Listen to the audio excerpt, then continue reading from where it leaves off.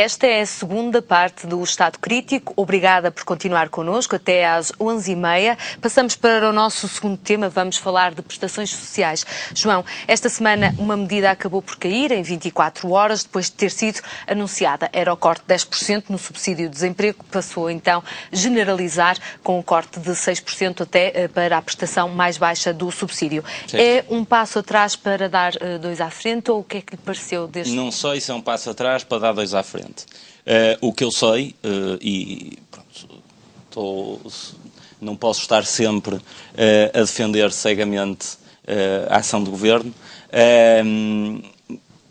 o que eu sei é que o experimentalismo que foi atirar para a praça pública de manhã os 10% e depois à tarde serem 6%, é algo que tem que acabar de uma vez por todas. Tem que acabar porque foi o mesmo que se passou com a TSU, com a TSU, com o subsídio de desemprego. O experimentalismo de atirar decisões de manhã para os jornais e para a opinião pública, bem, vamos dizer-se, bem, vamos aumentar este imposto, ou vamos baixar aquele, ou vamos cortar aqui, atirar para as redações de jornais, vamos ver se causa contestação ou não, e depois decidimos se recuamos ou avançamos. Bem, este é o primeiro ponto que eu acho que tem que acabar. Se as decisões são tomadas em Conselho de Ministros, têm que ir até ao fim. Principalmente porque o Governo está legitimado para o fazer e tem uma Assembleia da República, as decisões vão lá, são aprovadas, são chumbadas. E, portanto, eu não concordo com este volta atrás na questão do subsídio de desemprego. Acho que devia ter avançado a questão dos 10%. Não estou a dizer que concordo com os 10%, ou com os 7%, ou com os 6%, ou com os 8%, mas acho que já chega de estar a apresentar uma medida para depois voltar atrás, porque ela não pegou na opinião pública. Portugal não vive tempos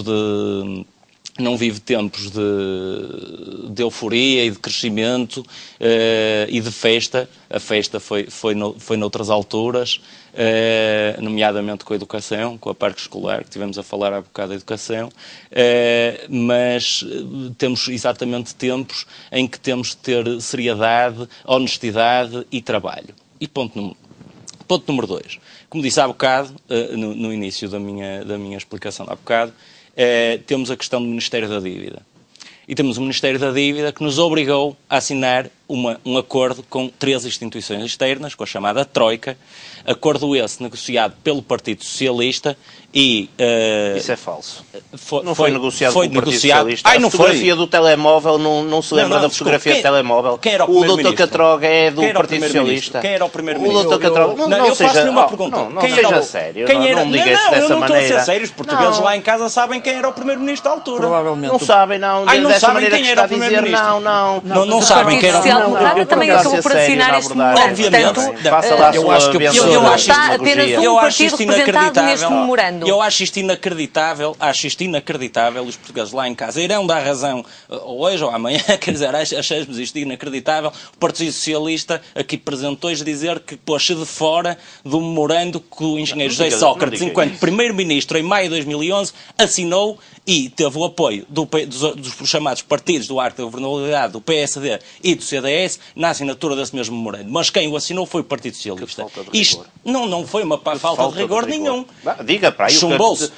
Felizmente nós estamos num país democrático em que cada um pode dizer a barbaridade que entender. Eu acho que o professor Eduardo Rodrigues tem razão. O professor Eduardo Rodrigues tem razão, porque efetivamente não foi o Primeiro-Ministro negro que assinou. Foi aquele ministro a quem o José Sócrates chamou patife, exatamente, uma faca nas costas, pronto, que assinou a rebelião.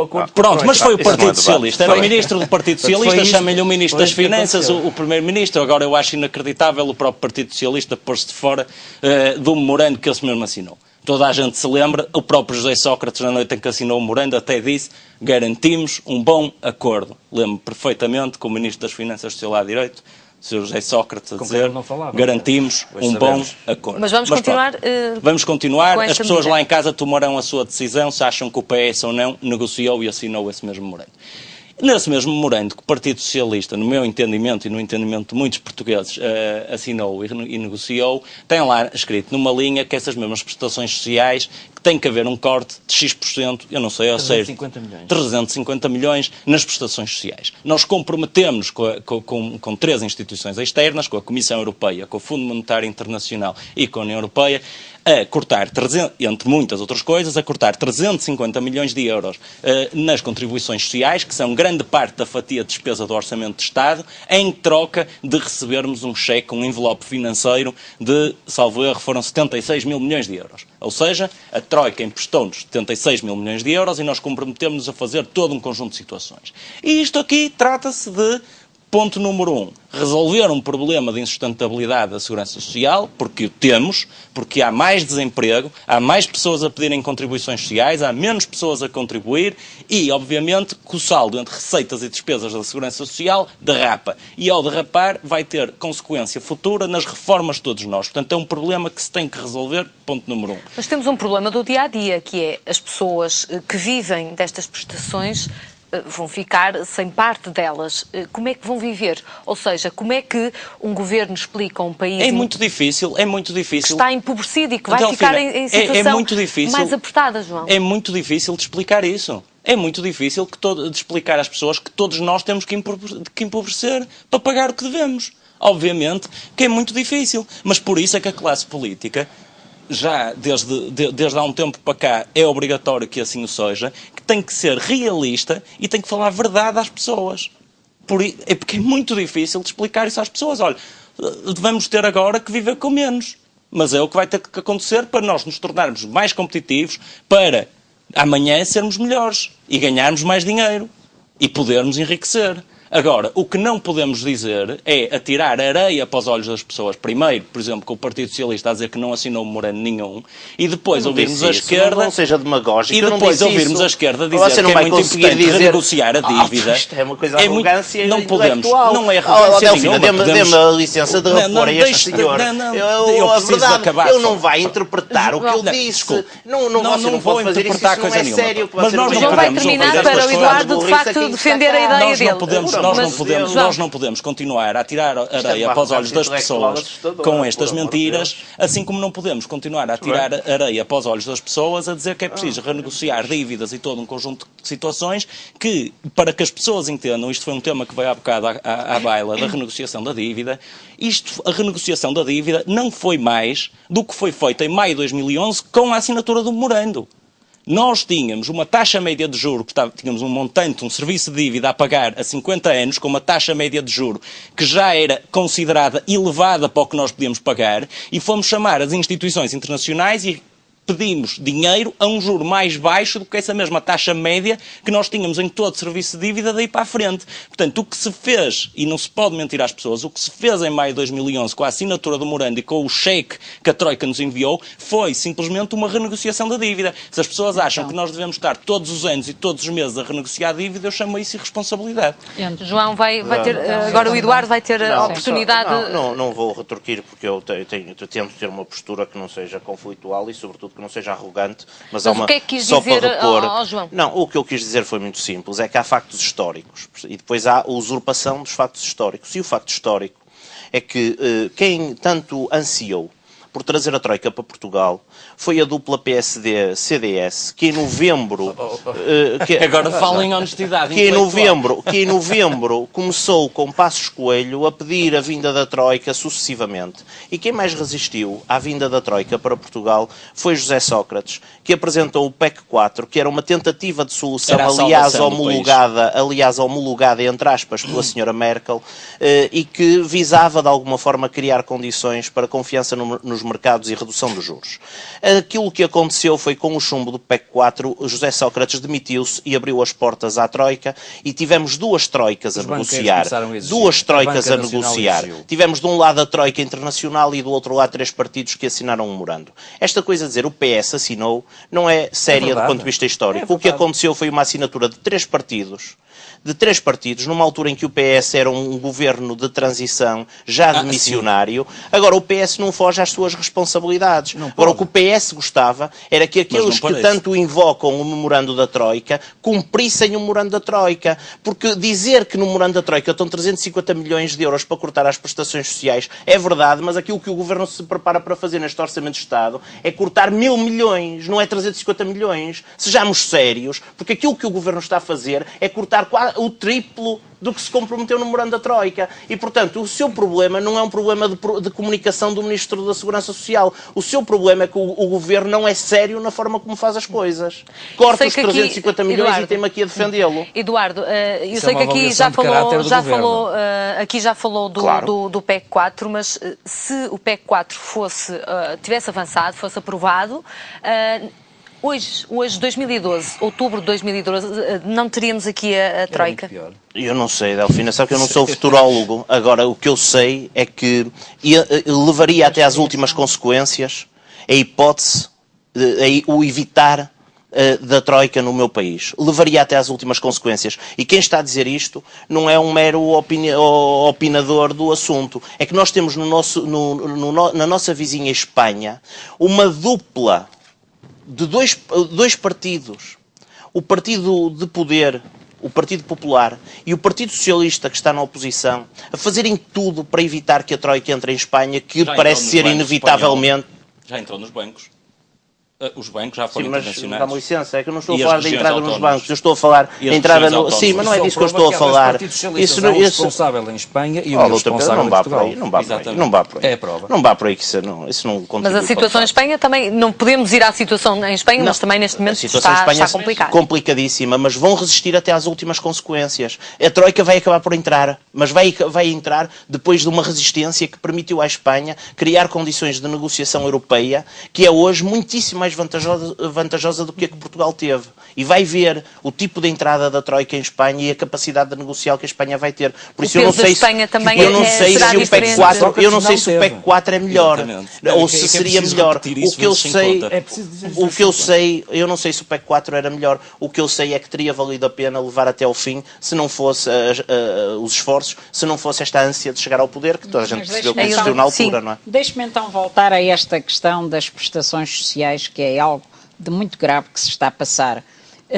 Como é sabido, o partido de que faço parte não assinou a Troika, não assinou o memorando, nem esteve sempre contra este memorando, contra este autêntico pacto de agressão ao nosso país. Mas os senhores foram os senhores que disseram que está lá a obrigatoriedade dos 350 milhões de euros em prestações sociais. Sim, mas eu tenho aqui os dados do orçamento para 2013 e precisamente até ultrapassa o valor que disse. Sim, eu disse o corte nas prestações sociais é de 1.040 milhões de euros, dos quais 620 milhões de euros são no subsídio de desemprego e no subsídio de doença. Ou seja... Com os cortes de 6% e 5% respectivamente. Exatamente. Ou seja, em prestações de apoios para quando as pessoas estão numa situação de maior fragilidade. Estão doentes, precisam de comprar medicamentos, precisam de se tratar. Bom, têm menos dinheiro para o fazer. E qual é a solução estão desempregadas, precisam de procurar emprego, de criar a família, de educar os filhos, etc. Bem, ficam sem dinheiro. Já estão hoje, o subsídio de desemprego hoje, dos níveis mais baixos, já está ao nível inferior ao limiar de pobreza. Como sabe, o limiar de pobreza é de 420 euros em Portugal. Ou a prestação mais baixa é 419. Já está, ora, com um corte, já nem falo dos 10%. Com corte de 6%, temos um novo subsídio de desemprego mínimo, que é de 384 euros. Abaixo do nível do limiar de pobreza, abaixo do limiar de pobreza, o que é algo de inadmissível. É de uma insensibilidade brutal esta situação, esta proposta, que não é nada que não corresponde à tal obrigatoriedade da Troika, como estamos a ver pelos valores. Não é verdade, porque depois, além disso, ainda tem mais 420 milhões a pensionistas e reformados, incluindo o tal complemento de reforma, também para pessoas numa grande fragilidade, que trabalharam uma vida e que agora são confrontadas com uma situação de não terem dinheiro, às vezes, para terem um mínimo de dignidade na sua velhice e de terem que escolher entre comer ou comprar os medicamentos, de terem que escolher entre não terem fome ou morrerem mais depressa porque não se podem curar. É isto que os senhores, não digo os senhores em concreto, digo o governo, mas que apoiam, está a destinar aos nossos idosos. Eu, sinceramente, já tenho uns anos, vim de um tempo onde de facto estes apoios não existiam, o fascismo, onde de facto se tratavam as pessoas como coisas que se usavam enquanto davam rendimento e que depois se deitavam fora como objetos que não prestavam. Depois da Revolução de Abril de 1974, pensei que esse tempo não voltava mais. Infelizmente, se calhar, vivi ainda o suficiente para assistir a algo tão grave como o que estamos a viver, que é tentarem voltar a esse tempo. E não me digam que não há alternativas, já lhes disse. Nós estamos a pagar 7.000 e tal milhões de euros de juros. Nós podíamos pagar menos de metade desses juros. E qual é a alternativa? Propondo isso, defendendo isso. Quer dizer, não pagamos. Pagando aquilo que é justo e não aquilo que não é justo. Mas também... Mas quem define o que é justo é quem recebeu o dinheiro, não é quem gastou. Indo dizer aos grupos económicos e financeiros com quem negociaram as parcerias público-privadas que o país não tem dinheiro para lhes manter aqueles lucros elevados que estão a ter e que, portanto, se cortaram, se não há condições para isso, então não pagamos esses lucros, não pagamos esses juros. E então, e se for necessário, nacionalizam-se essas parcerias. E a banca, e quero-lhe dizer, que se este processo continuar, não duvide, não vale a pena esse risinho de escárnio, porque pode ter a certeza que quem ri, por fim, é quem ri melhor. E pode ter a certeza que o nosso povo não vai deixar que o matem à fome, à miséria, que não esteve aqui anteriormente, mas eu já aqui contei a história do burro do inglês. O nosso povo não vai ser o burro do inglês. Não vai permitir que nenhum governo faça dele o que fez o inglês ao burro, que foi quando ele já não tinha condições, quando ele já se tinha habituado a não comer, não é? Morreu. O nosso povo tem vindo para a rua, tem lutado. E certamente vai continuar a fazê-lo com muito mais força. E certamente este governo não vai aguentar esse impacto, mesmo com o apoio da Troika. E certamente vai ser mesmo necessário, mais cedo do que tarde, encontrar uma alternativa. E eu digo-lhe, ela existe. É ir buscar o dinheiro, de facto, onde ele está. Aos bancos, ao setor financeiro. Eu não estou a falar só dos nacionais. Olha, para terminar, eu tenho mesmo que passar para o Pedro Sampaio. 1.500 milhões de euros foram os lucros no primeiro semestre de 13 instituições e grupos económicos e financeiros portugueses. 1.500 milhões de euros. Aí os senhores não foram capazes sequer de atribuir taxas mais elevadas. Aliás, a taxa de aumento que propõem para o IRC é de 3,9%. Enquanto para qualquer trabalhador sujeito a IRS, o aumento anda sempre para valores superiores a 30% e, em alguns casos, chega a 80% e 90%, que eu já aqui demonstrei num programa anterior. Portanto, a vossa escolha está feita. Pedro, se efetivamente Espanha pedir ajuda financeira, as regras podem mudar para os países que neste momento vivem o resgate? Delfina, deixe-me ir atrás. Há aqui 2 ou 3 coisas que eu queria recolocar. Eu não estou completamente de acordo com o João Ribeirinho Soares quando ele diz que estas coisas de anunciar uma medida agora e depois à tarde recuar, eu acho que isto é uma fidalguia da nossa parte, é uma postura cultural da nossa parte em que aquilo que um governo em Portugal, seja ele de direita, de esquerda, de centro, em Portugal, aquilo que um governo diz tem que, não pode haver uma única falha, porque senão é pecado mortal. Na política essas coisas não existem, porque nós vemos noutros países em que a concertação, o avanço, o recuo, ouvir a opinião das pessoas na rua, isso é importantíssimo. E acho muito bem que o governo com a TSU, que pelos vistos, eu não sou especialista, não vou julgar nem comentar a TSU do ponto de vista técnico, não tenho essa capacidade, mas todos os especialistas, inclusivamente a Rua, disseram que era uma medida má. E o Governo recuou. Foi inteligente.